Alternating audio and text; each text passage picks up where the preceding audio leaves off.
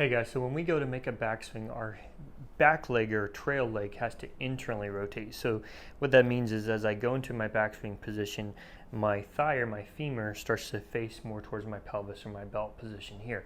And on my downswing, I have to internally rotate on my lead leg. So once again, my pelvis faces towards the femur a little bit more. This motion is very important to be able to create good positions in our golf swing, and it's a very important joint for us to have mobility and to create power as well. We often find that when we test people, this is a limited area for them, and that can lead to all sorts of compensations. So we're going to teach you a quick test to check your own hip internal rotation mobility and see if you're tight. So I have two clubs laid down here. I have a 6-iron laid across here, and then I just have a club across here.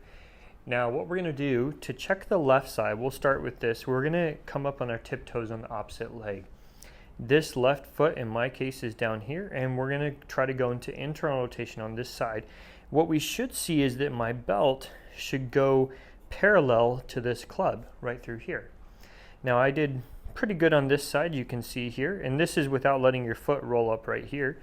But let's check the other side. So if I place the club, so that was checking the downswing. Now if I place the club right here, the 6-iron across here, and I want to check my my trail leg, I'm going to place this foot up like this, and I'm going to rotate this way. And now you can see that I get stopped right here, which is not parallel to that club.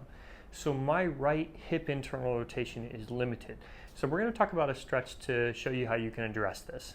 Okay, so in the video before we talked about how my right hip internal rotation was limited, so I'm going to show you how to stretch the right side in my case, but you could use this for either leg.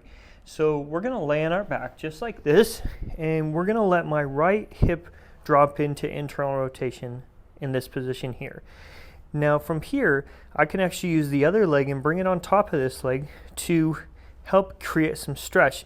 Now I don't want to let myself roll up in this position too much. I want to try to keep my back pretty flat on the floor. It may come up a little bit, but I'm just going to rest that leg there to apply some stretch. You should feel some stretch through here. And I can hold this position for about a minute. And then what I'll do after that is I'll usually get back up and test again to see if my rotation has improved. So check this out and see if you find that you're tight. Maybe this can be a good stretch for you to try out and see if it helps.